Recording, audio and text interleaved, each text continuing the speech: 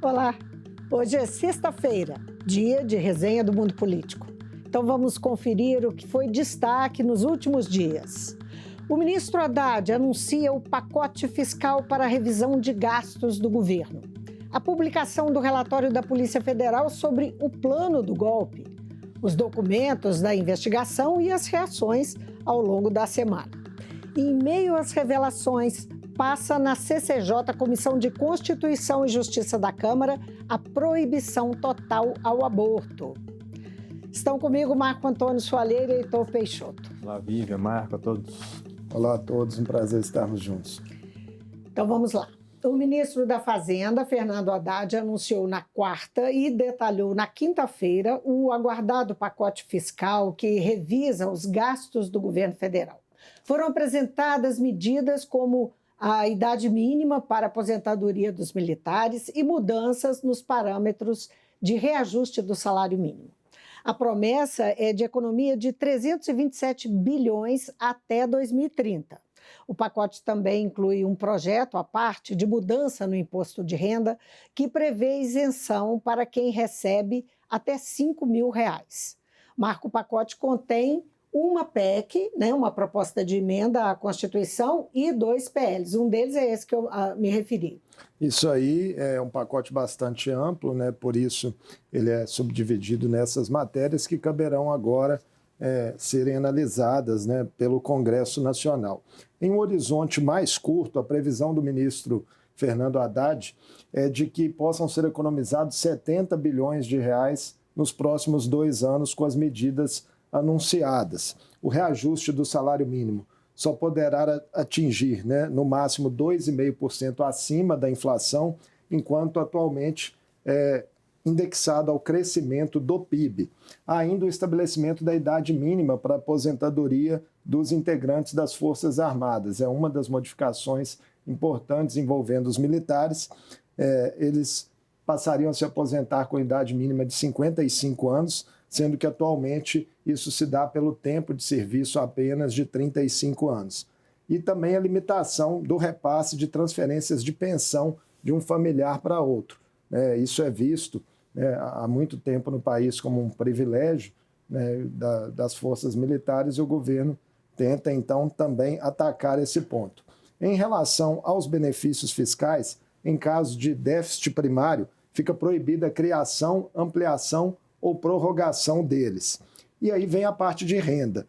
Se o governo, em uma ponta, propõe a isenção para quem recebe até R$5 mil, de outro lado, quem recebe acima de R$50 mil passa a ser mais taxado, configurando aí a chamada taxação dos super ricos. São pontos, esses últimos, que atendem a promessas de campanha do presidente Lula. Em linhas gerais, esses foram os maiores destaques dentro desse amplo pacote.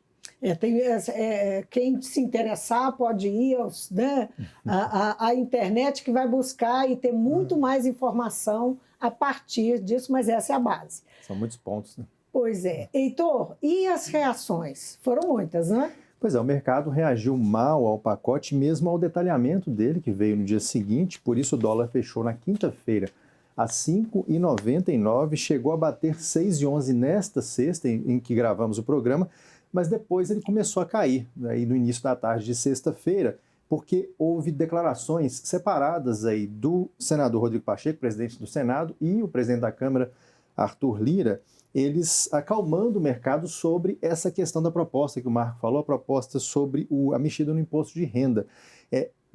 Os dois dizendo que essa proposta não deve passar no curto prazo e, quando ela for passar, só se as condições fiscais do país assim permitirem.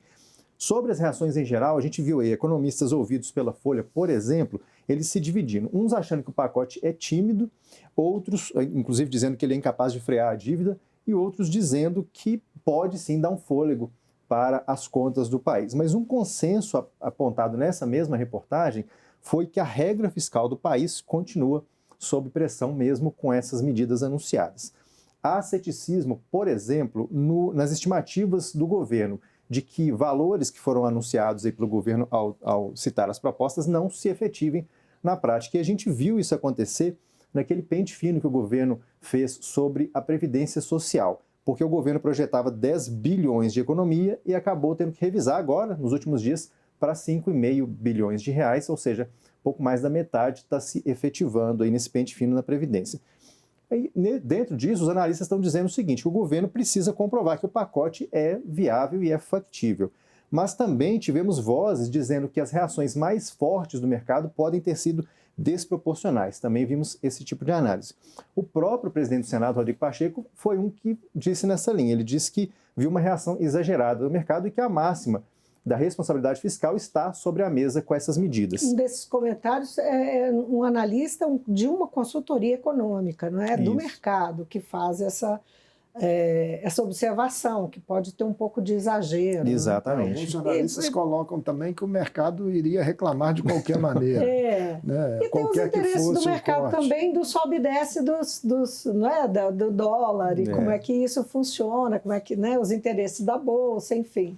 Pois é, falando do Pacheco, todas essas propostas, como o Marco disse, precisam passar pelo Congresso. Tem PEC, tem projeto de lei complementar, tem projeto de lei ordinária, enfim, é uma série de propostas, e o governo diz que pretende enviar todas elas de maneira rápida para o Congresso Nacional, que as propostas começam a tramitar na Câmara e o Senado vai ser a casa revisora. Do Senado, o governo recebeu de Pacheco e de lideranças aceno positivo, de que deve tramitar rapidamente lá no Senado. Na Câmara, a gente viu que vai iniciar a tramitação, vimos sinais dúbios aí de Arthur Lira, ele dizendo que pode fazer esforços concentrados até com sessões de segunda a sexta para dar vazão às propostas, exceto essas sobre o imposto de renda, mas ele falou também ao site Poder 360, lembrou que o calendário é apertado, que falta apenas 2 semanas para o início do recesso e que tem matérias aí, tem questões que seriam necessário, palavras dele, que consenso absurdo, e que essa não seria talvez a realidade de momento lá na Câmara. Lembrando, o mandato acabando, né? Pois é, lembrando que o governo demorou 44 dias para apresentar os pontos, desde que anunciou que haveria um pacote, e ele chega num momento de agenda econômica muito intensa na própria Câmara e no Senado também. Por exemplo, uma matéria que foi citada nessa semana é a regulamentação da própria reforma tributária, que está pendente ainda. A agenda é forte, né? No final do ano, sempre. Exatamente.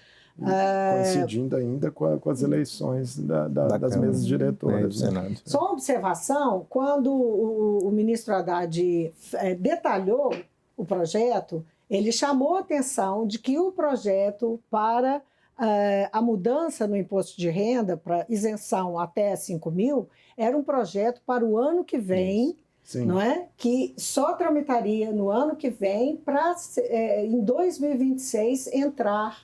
Né? Então, está dito desde o princípio. Mas mesmo assim rendeu celeuma no mercado, tanto é que foi o ponto mais criticado aí dos analistas. A alteração de idade mínima para os militares também, de aposentadoria, ela seria estabelecida até a partir de 2032, mas com uma regra de transição até lá. Mas a partir de 2032 seriam 55 anos. Então, tudo tem um tempo, né, de transição, para ser não é? executado. Bom, agora o relatório final da Polícia Federal sobre a trama golpista.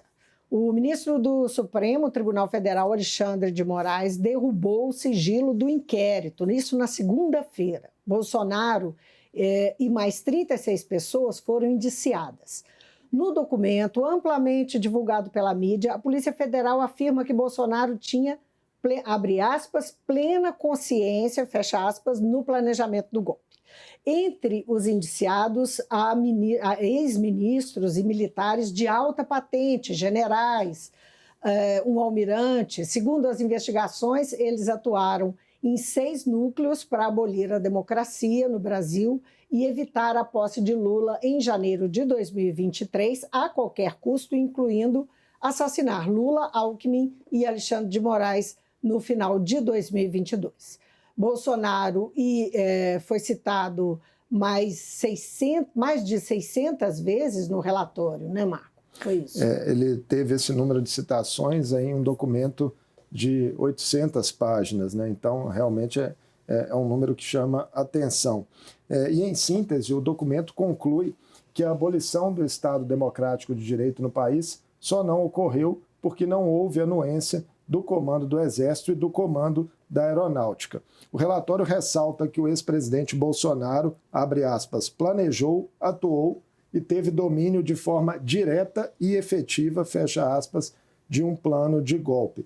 A PF aponta, por exemplo, que o ex-presidente sabia e concordava com a divulgação de uma carta de oficiais superiores da ativa ao comandante do Exército. Seria uma estratégia aí para incitar os militares e pressionar o comando da corporação a aderir, né, a uma ruptura institucional. O documento também cita que Bolsonaro participou de reuniões que visavam planejar estratégias para descredibilizar o sistema eleitoral brasileiro, em uma articulação que teria se iniciado ainda antes do processo eleitoral de 2022. Os crimes atribuídos ao ex-presidente no relatório, caso ele venha a ser condenado, podem resultar em até 28 anos de prisão como pena máxima. Bom, que outras novidades? O relatório da Polícia Federal apresentou essa semana ao ser publicado na íntegra, né? É bom lembrar que nós tivemos notícias antes, se falou muito, tinha pontualmente algumas informações, e quando foi liberado, né, caiu o sigilo, né? Aí foi publicado na íntegra e a grande imprensa toda trabalhou em cima dos detalhes e tal.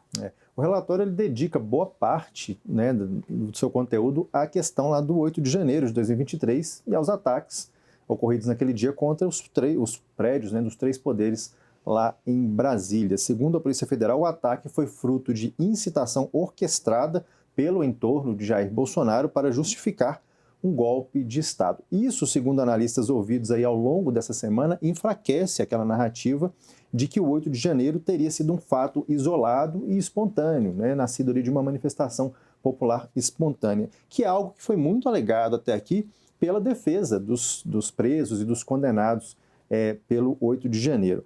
Essa data, inclusive, ela aparece no relatório como um episódio dentre vários outros que foram adotados naquele momento para pressionar o comandante do Exército a aderir ao golpe de Estado. O relatório ele mostra, olha só, uma mensagem de 7 de novembro de 2022 do general da reserva Mário Fernandes, que foi preso na semana retrasada. Essa mensagem endereçada ao general Freire Gomes, então comandante do Exército. A mensagem falava da necessidade de um apelo social para os militares poderem intervir, e nisso da necessidade de entre aspas, evento disparador do golpe. Então, o relatório é bem pormenorizado nesse sentido, de que o 8 de janeiro não foi um episódio isolado, foi orquestrado muito antes, com a participação, inclusive, de Jair Bolsonaro.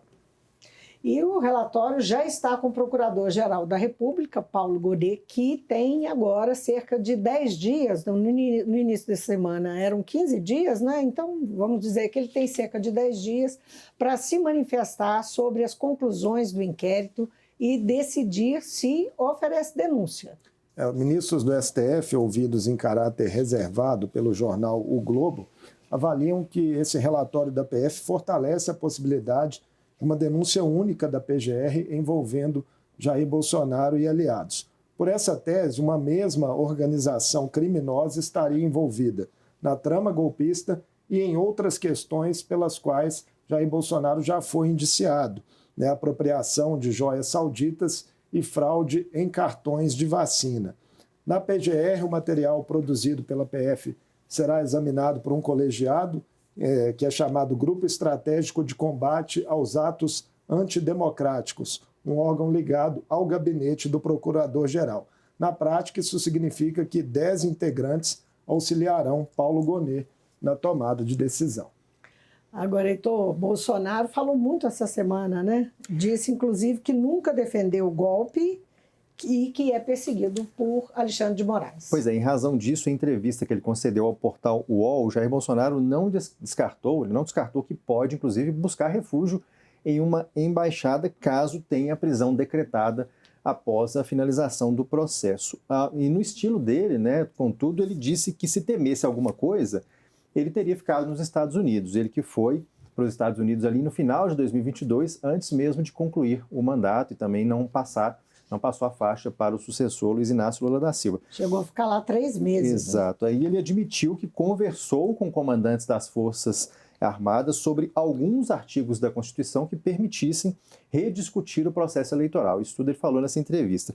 Mas que essa ideia logo foi abandonada, segundo Bolsonaro. O ex-presidente ainda falou que desconhecia o plano de matar o Lula, Alckmin e o ministro Alexandre de Moraes, e que mantém os planos de ser candidato à presidência em 2026, por, segundo ele, ter sido condenado sem crime pelo TSE, o Tribunal Superior Eleitoral, que o deixou inelegível. Agora, nessa linha, ele também deu uma entrevista para a revista Oeste, que é uma publicação do campo conservador, um site, uma revista, e ele foi enfático nessa vertente, confirmando até a ideia dele querer ser candidato. Palavras do Bolsonaro aqui: eu apelo aos ministros do STF, por favor, repensem, vamos partir para uma anistia. E que apenas um perdão ao que ele chamou de excessos cometidos na escalada antidemocrática pode pacificar o país. Para essa pacificação, segundo ele, alguém tem que ceder, e esse alguém, segundo Bolsonaro, é o ministro Alexandre de Moraes.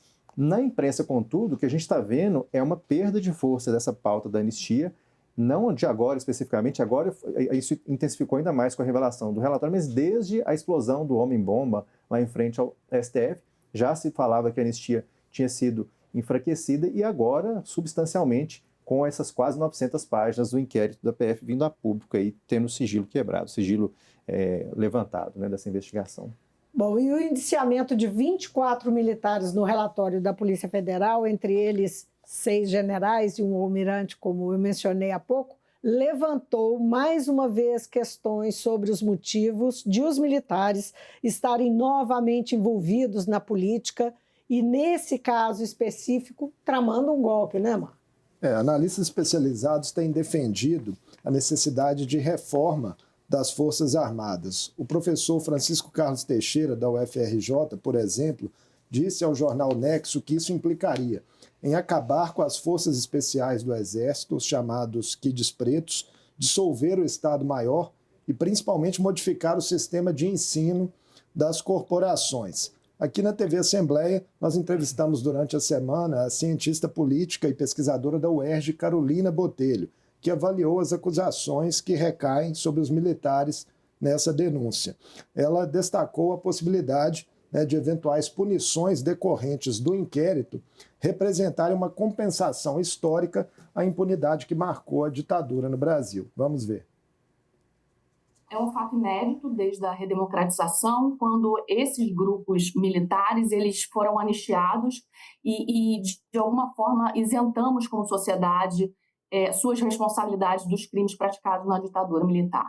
Né? E assim, inocentado e muitas vezes beneficiado, porque continuaram com seus proventos, continuaram gerando pensões para suas filhas, continuaram tendo as regalias que o espaço militar, a vida militar, consegue provê-los. Né? Então, assim, quando a gente vê o inquérito da contundência que a gente está vendo, rolando pessoas de uma casta, digamos assim, militar bastante alta, né, uma hierarquia bastante alta, com consequências graves, desde prisões até retiradas de benefícios, né, de proventos, isso é uma coisa inédita no Brasil, é bem-vinda, porque a gente, de certa forma, a gente recupera aquilo que a gente não fez na redemocratização e tenta, de alguma forma, passar limpo, ainda que sejam 40 anos depois, há uma falha nossa como sociedade sobre os crimes da ditadura e sobre aquilo que pode acontecer quando você protege grupos, corporações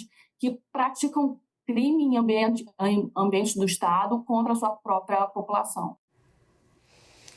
O presidente Lula sancionou na terça-feira a lei que define novas regras para o uso das emendas parlamentares. Lula sancionou o texto exatamente como foi aprovado pelo Congresso sem nenhum veto. A nova lei é resultado de acordo entre Legislativo, Executivo e Judiciário para tentar encerrar o imbróglio das emendas.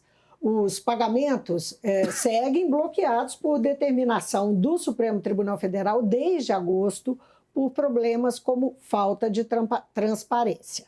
A expectativa é que a aprovação da nova lei leve ao desbloqueio dos recursos. As emendas são uma forma pela qual os deputados e senadores conseguem enviar dinheiro para obras e projetos em suas bases eleitorais. Uma crítica que se faz à dinâmica dos repasses é que os parlamentares adotam como prioridade atender seus redutos e não os lugares onde há maior demanda no país.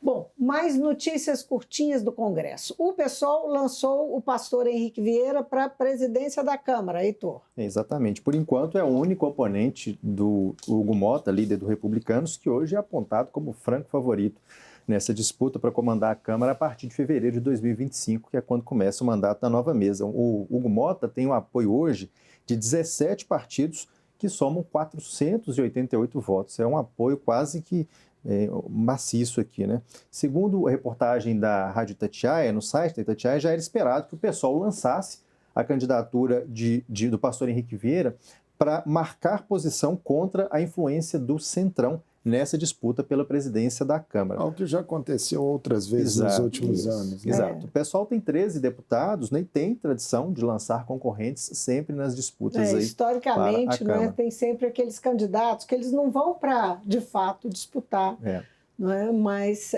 para marcar posição de acordo com os interesses da bancada. E marcar umas pautas que são caras ao grupo do PSOL. O Henrique Vieira disse que a candidatura dele representa o respeito à pluralidade política na Câmara e aproveitou para lançar, olha só, dentro dessa linha, 15 tópicos seriam as pautas de campanha dele, dentre eles apoiar a PEC que põe fim à escala 6x1, aquela que prevê 6 dias de trabalho e apenas uma de descanso, que é uma questão que está bastante discutida nesse momento em Brasília, e não apoiar a anistia aos condenados pelo 8 de janeiro. Então é o momento do pessoal colocar suas pautas e trazer a sociedade para essas discussões também.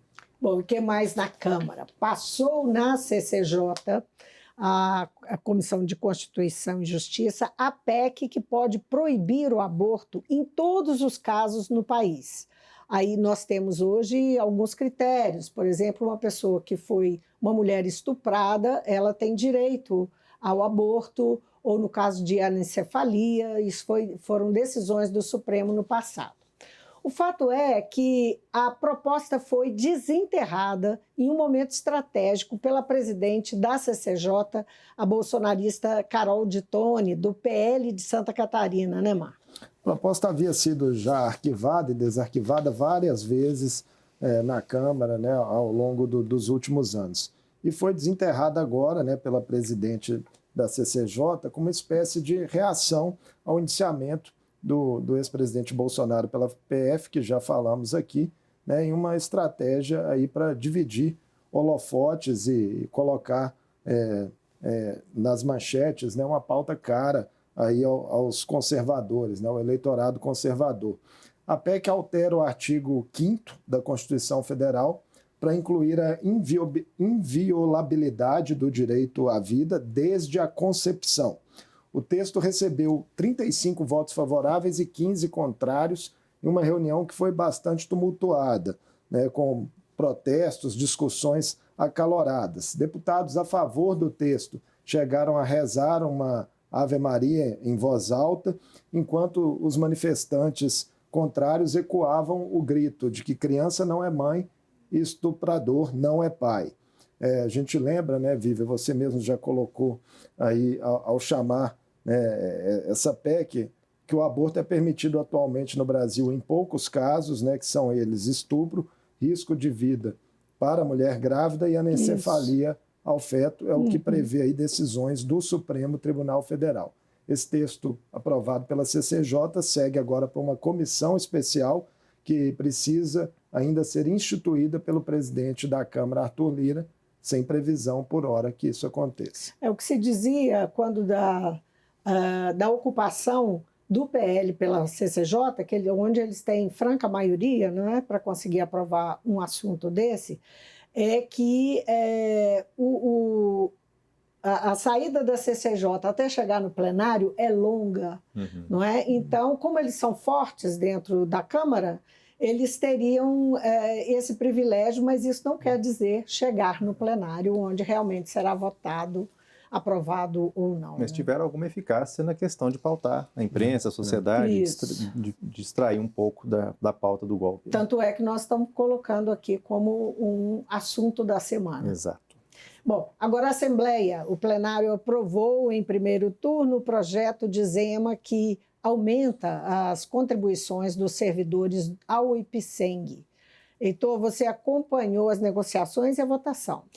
Nessa reta final, nesse primeiro turno, teve menos negociação e mais obstrução, que é o que a gente está vendo desde que esse projeto chegou aqui na Assembleia em abril, mas agora, especialmente nessa última semana, porque as únicas alterações foram lá na CCJ, a primeira comissão pela qual o projeto passou, foram mudanças pequenas diante aí do teor do projeto. E todas as emendas do plenário, 17 emendas de plenário, foram todas rejeitadas pelos deputados. Há 2 semanas, quando o projeto foi pautado pela primeira vez para ser votado no plenário, a oposição ela conseguiu obstruir os trabalhos por mais de 5 horas, conseguiu esgotar o tempo da reunião de plenário e acabou ficando para esta quarta-feira. E agora, nessa semana, os instrumentos de obstrução tinham ficado totalmente escassos, restava ali apenas os encaminhamentos de votação, 10 minutos para cada deputado.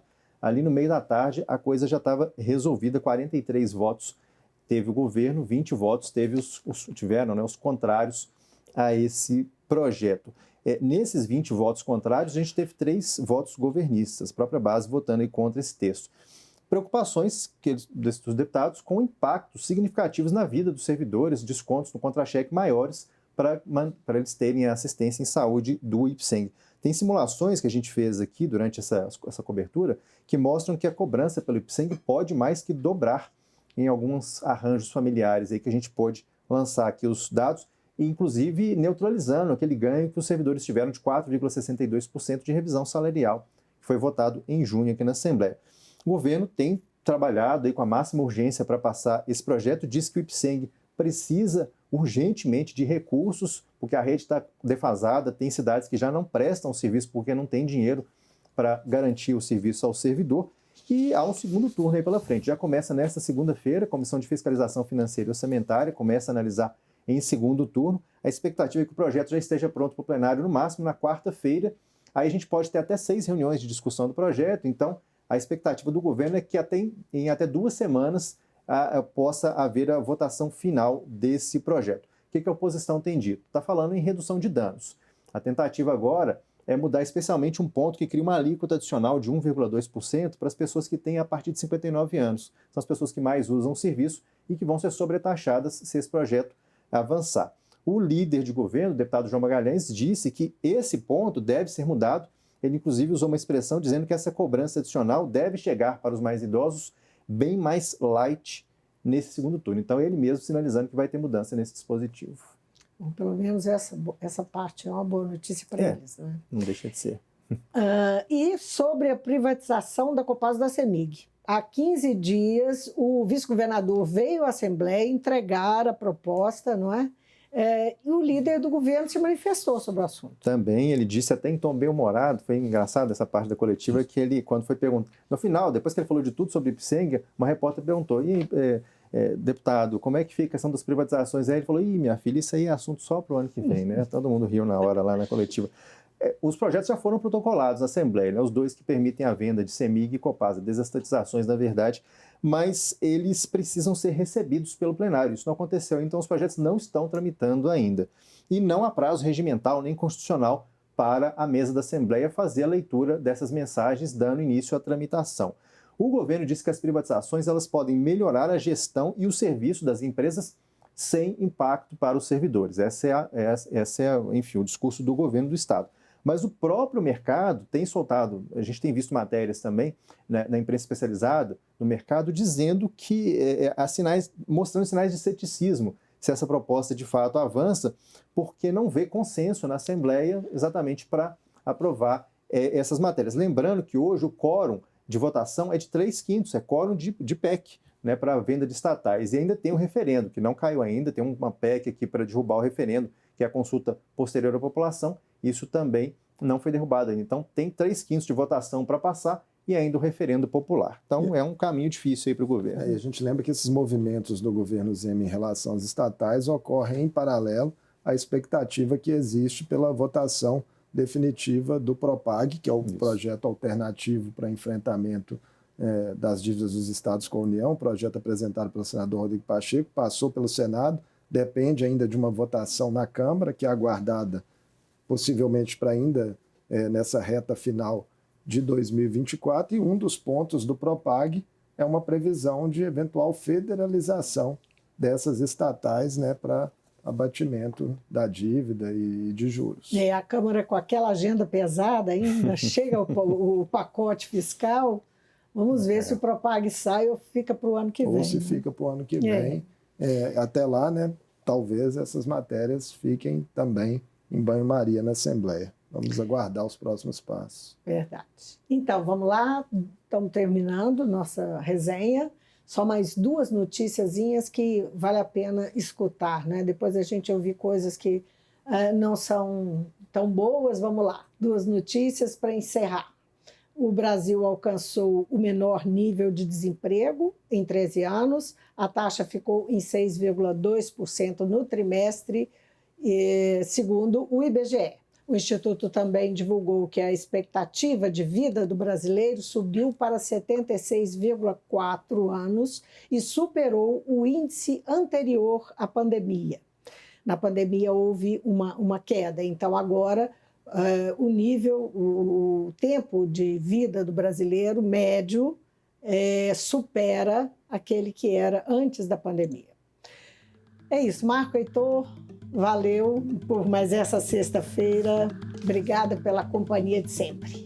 Valeu, pessoal. Um abraço a todos. Ótimo final de semana para todo mundo.